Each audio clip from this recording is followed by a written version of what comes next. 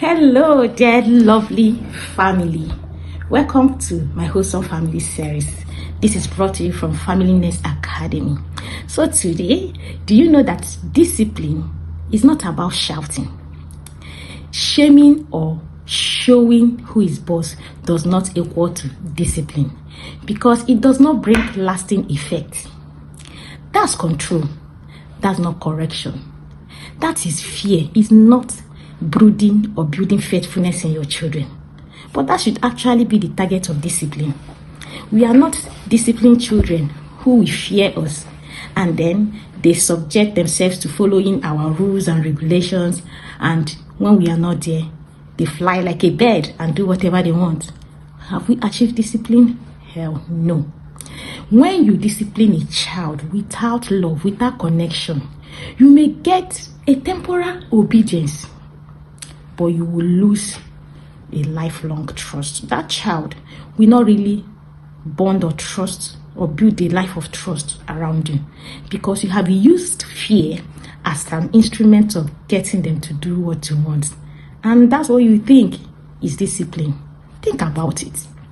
If you are in that position where someone had to use force or subject you to threats or fearful means to get you to do something for them, do you really trust such people? We really feel connected to such people?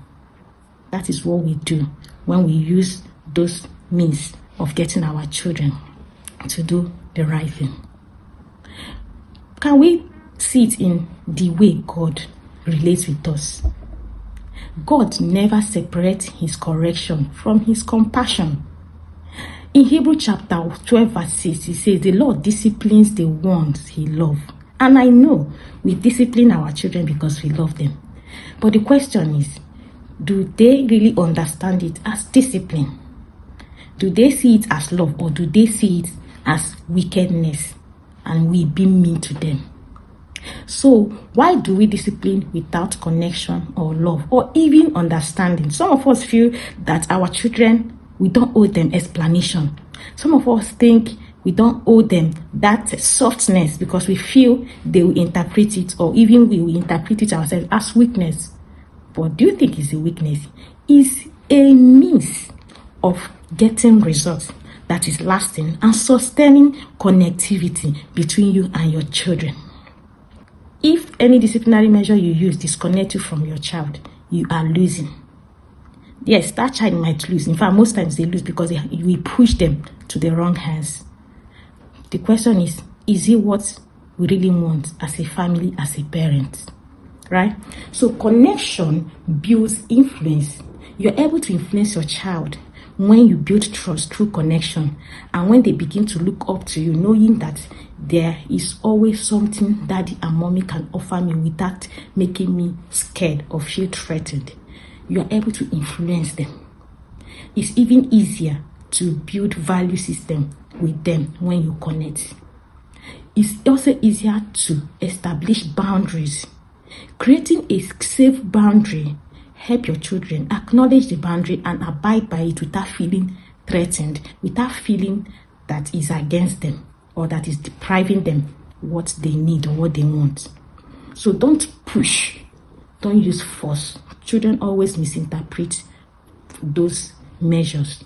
Love makes correction feel like care and not cruelty. If your children does not see that love in your correction, they interpret it as cruelty.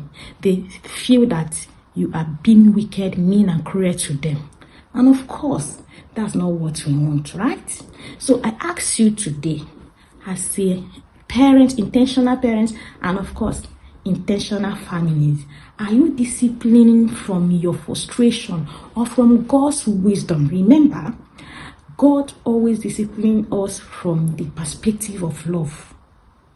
Sometimes we correct and discipline our children out of our frustration.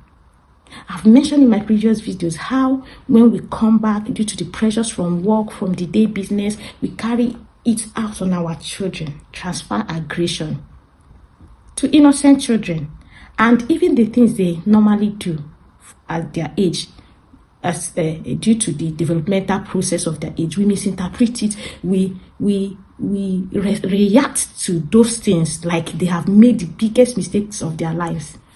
And even when they make mistakes, the right approach is very important if we must sustain our relationship with our children, and if we must get them to really understand that mistake, why it happened, and how they should avoid it in the future. So using words, blows, shouting, and hitting your child does not allow that child to process your correction rightly. Rather, it forms a defensive mechanism, and their system is telling them this person is a threat to them. You know what will happen? They will rather withdraw or react in defense. So when you see a teenager reacting or fighting their parents, they have felt what their parents did as a threat, and their system and emotion has triggered and has told them to defend themselves. And that's why sometimes when you see them after reacting, exchanging words with you, and even fighting, some of us, our children fight us. After that episode, you see them withdrawn and feeling guilt. But this has been triggered from series of experience they've had with us, which their body system has translated as a threat to them. So please, let's raise children who don't feel that our love is a threat to them, but who really understand that what we are doing is due to love. Train them, discipline them from their interpretation of love. You need to understand your child's love language. That is the only means where your discipline will be interpreted as love, and everyone responds with love. Even if they are initially resistant and resistant, over time they will come up and they will respond to love. Because if your children feel threatened, they will reject your leadership. You can enforce it on them when they are younger, but once they gain independence, once they leave your house, once they get into university at the age of 18 and they understand that they are adults, they will reject you. They will reject everything you offer that represents a leadership threat to them, and that is not what you want, right? So let's intentionally raise kingdom children with the God kind of love, that we all feel connected with love and parent with purpose and lead like God. And I assure you, this family we are trying to build that can work united and raise children who are godly and responsible, children who will be the hope of tomorrow, children who will offer solution to the vices in the society. If we follow through these teachings, we will come out a formidable and empowered family. So thank you for joining Family Nest Academy and my Wholesome Family series from yours, Mrs. Ogochukwu Obichimizi. Do have a lovely day and see you some other time. Bye.